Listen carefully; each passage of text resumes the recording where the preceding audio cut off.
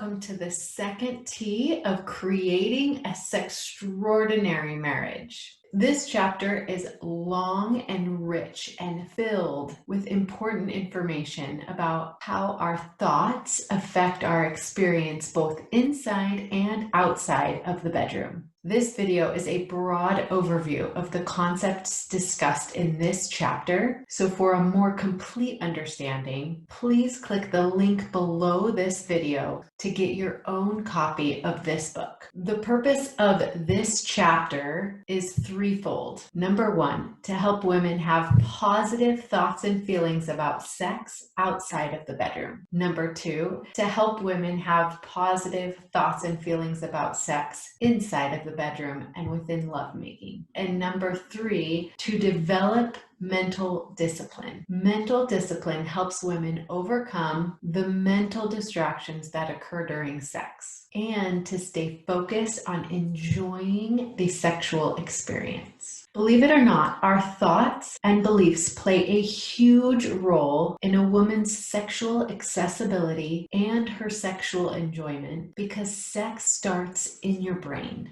The brain is your most powerful sexual organ. A woman's attitude about various aspects of sex has a powerful impact on her sexual relationship. A sexy state of mind is a healthy, positive about sex, mental environment from which the desire to be sexually intimate can develop and flourish. This leads to a mutually fulfilling and passionate, intimate relationship. You may be asking, how do I develop a sexy state of mind? Remember that feeling sexy comes from within. Because a woman's sexuality is primarily a product of her thoughts and feelings and beliefs about herself, her spouse, and sex in general, what goes on in her mind is of utmost importance. Having healthy, positive, and productive thoughts, core beliefs, feelings, and attitudes form the foundation for true sexiness. In her book, Laura describes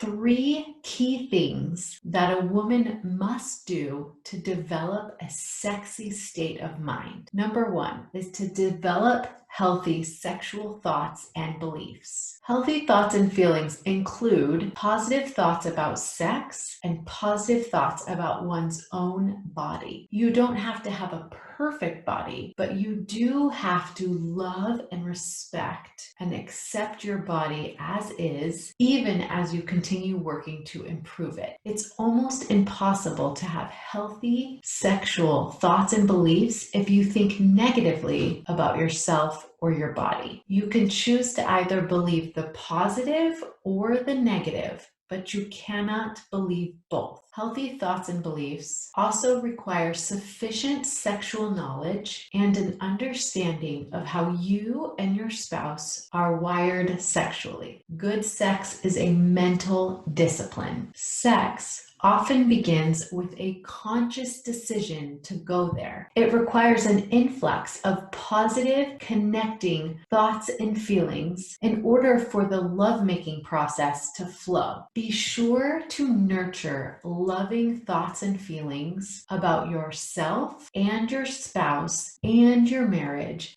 both inside and outside of the bedroom. What you focus on, you tend to get more of. So if you focus on the positive aspects of lovemaking and your husband, you are likely to get more of the same in return. The second key to developing a sexy state of mind is developing healthy self-acceptance. Healthy self-acceptance means liking yourself in general, mentally, emotionally, physically, etc. Sexual self-confidence is the difference between a mediocre marriage and a passionate, intimate relationship. Feeling sexy comes from how you feel about yourself as a person, a wife, and a sexual being. So if you don't have a good self-image, it will certainly show up in your sexuality. Liking yourself regardless of your imperfections is a crucial element in fully engaging yourself in the sexual experience. What a woman thinks about herself and her body is key in how relaxed, open, and engaged she will be with her husband during sex. Sexy is accepting who you are and how you look, allowing your body to be imperfect but good enough. Most men are turned on by their wives and their bodies, regardless of whether or not they are in perfect shape. Your husband does not need you to have a perfect body in order for him to be attracted to you and to want you. Nor does he need you to have a perfect body or be perfect to enjoy making love to you. When we can love and accept our bodies and our whole selves, we can more fully appreciate the gift we are to our husbands and be able to freely and enthusiastically share that gift with them. And the third key to having a sexy state of mind is to take responsibility for your own sexuality. Taking responsibility for one's own sexuality and the sexual relationship in one's marriage involves a willingness to go through the pain of personal growth. Women need to be willing to develop the mental habits and discipline necessary for sex to flourish. A woman holds the power to make or break the sexual relationship in their marriage merely with their thoughts. Husbands can support their wives in this endeavor, but they cannot do it for them. As women work to overcome psychological inhibitors and program positive, affirming thoughts and beliefs about sex, they are on their way to developing the sexy state of mind that is available for intimate